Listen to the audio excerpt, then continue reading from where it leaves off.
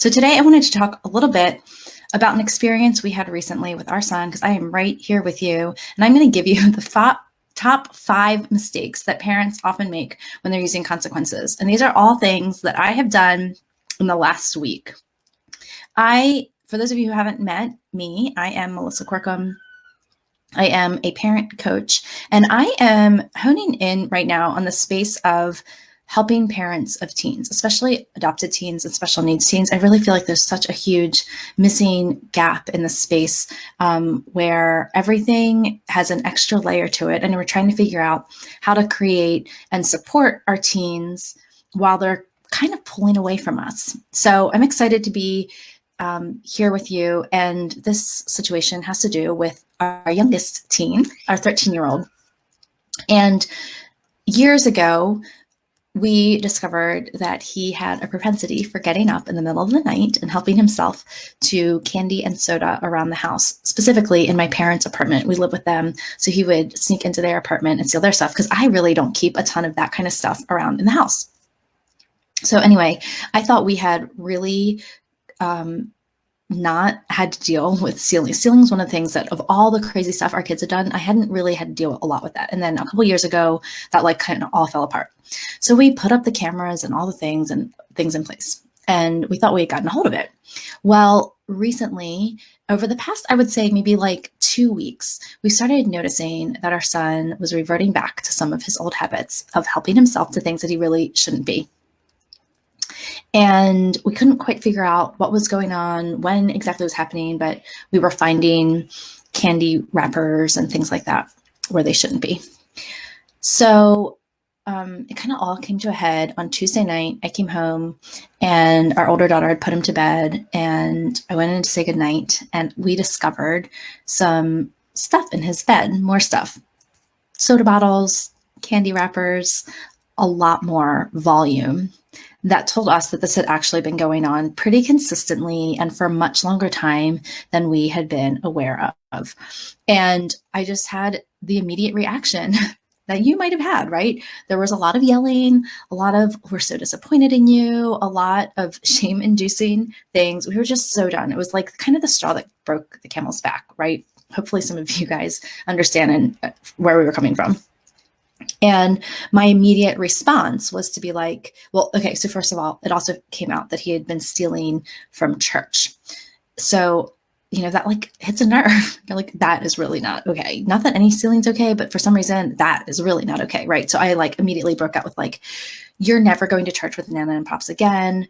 You're never going to Bible study again. You're never going to eat any candy ever again. You're never going to leave my site or Dad's site ever again, so that we can make sure you're not stealing, right? All the things, on and on and on and on and on.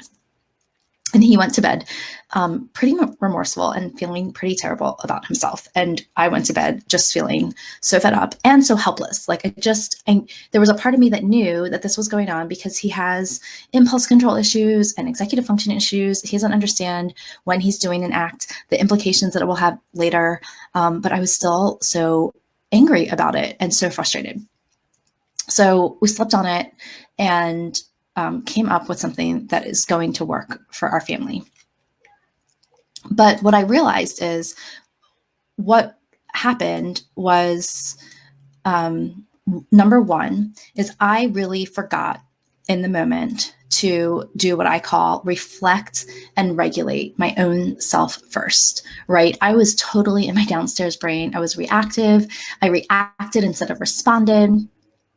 I did everything wrong, right? So the first mistake we make when we're giving a consequence is that we forget to reflect and regulate ourselves first. And the thing is this stealing thing has been going on for weeks, and it would have been okay to address it the next morning. I did not, in this particular situation, have to address it right then when I did, which was at 10 o'clock at night. Not a good idea for anyone, right?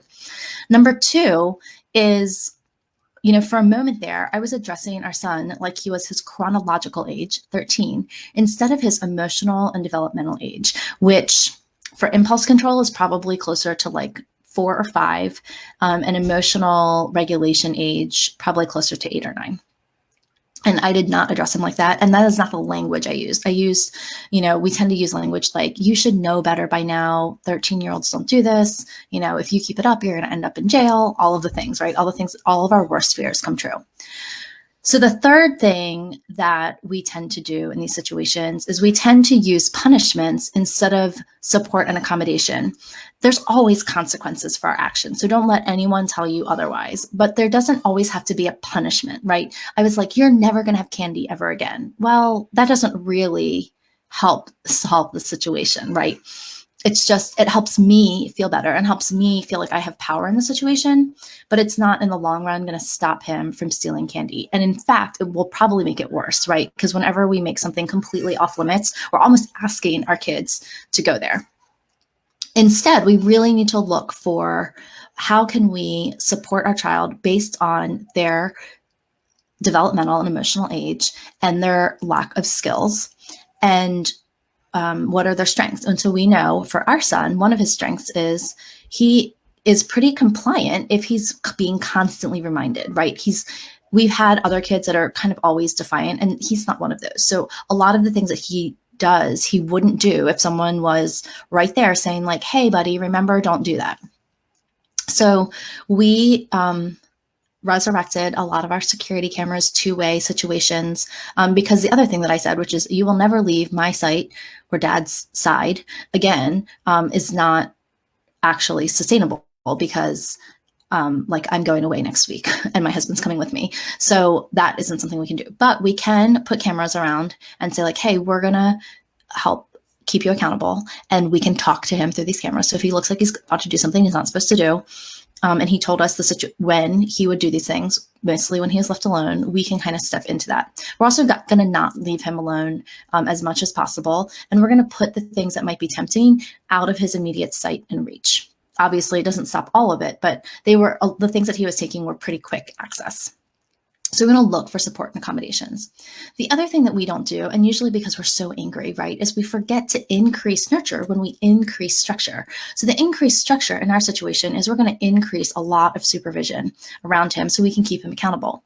But we need to increase nurture as well. And so one of the things that we're going to do is start giving him one sweet thing a day, so he doesn't feel like he has to steal it all the time. Because it's not easy for me to say yes to sugar to kids with big behavior issues. So I'm going to let that go. And we're going to try offering him sweet things more often in a controlled way and rewarding his asking for things. So giving more yeses. And then I kind of already mentioned this, but the fifth mistake that we make is that we don't create sustainable situations for ourselves. We get dramatic, right? And we lay down the law, and then we realize like, oh, we really can't do that, right? Like one of the things I said is you're never going to Bible study ever again. Well, the fact of the matter is that Bible study for him is a place where he feels loved and accepted and a lot of really good things for him. And so taking that away really isn't sustainable. And it also solves a childcare issue we have in the middle of the week. So anyway, those were the 5 things. So let me just review. We forget to reflect and regulate ourselves first so that we can respond rather than react. We address our child like their chronological age instead of their developmental or emotional age. We use punishments instead of creating support and accommodation, increasing structure. Sometimes we call that. 4, we forget to increase nurture along with the increased structure. So we have to add that piece. And then 5, we create unsustainable solutions for ourselves. And so we need to be careful. Again, if we are responding rather than reacting, that will be a really good place to start. So I hope that that's helpful. Comment below and let me know what the most valuable or useful takeaway you had from this was.